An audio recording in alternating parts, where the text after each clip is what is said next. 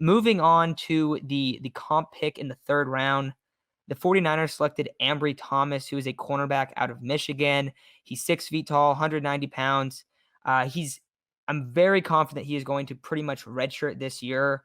And I mean, there's no like starting positions in the secondary open really, but he didn't play in 2020, and he's a guy that was definitely drafted to be a future starter.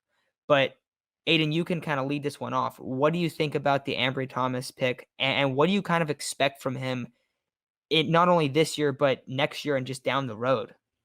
I liked the pick. I think he's a guy who we should expect to see start outside probably next year, but I think he's a really good depth piece. Imagine Verrett goes down in week 2.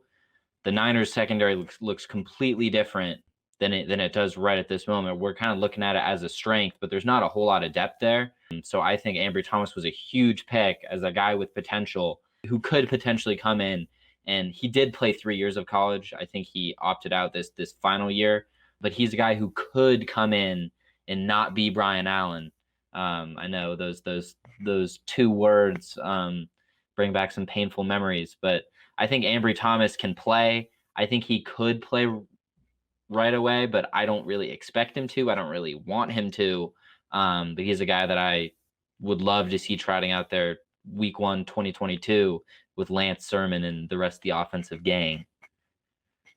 No, I think that's what the 49ers kind of have in mind. I think they drafted him. He's a pretty good scheme fit from what I read up on him. I watched a little bit of tape on him, not enough to like give a true evaluation. But one of my friends who thought that the Ravens should target a corner in like this kind of range as a depth piece as well loved Ambry Thomas. And so right when Ambry Thomas got picked, he texted me like, "You guys got to steal. Like that's a great fit. Like he's gonna come in. He's a great press corner."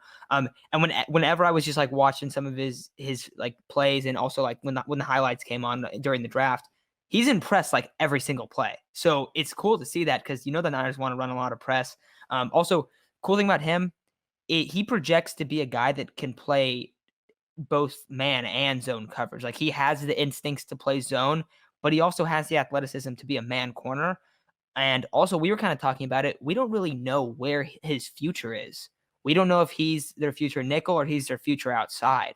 So similar, maybe not in terms of draft capital or just like overall skill set of Emmanuel Mosley, but Emmanuel Mosley is another guy where he was kind of like thought as like, oh, he could be a nickel, also could be an outside guy, and he ends up having to step in and plays really well outside and kind of gets moved there.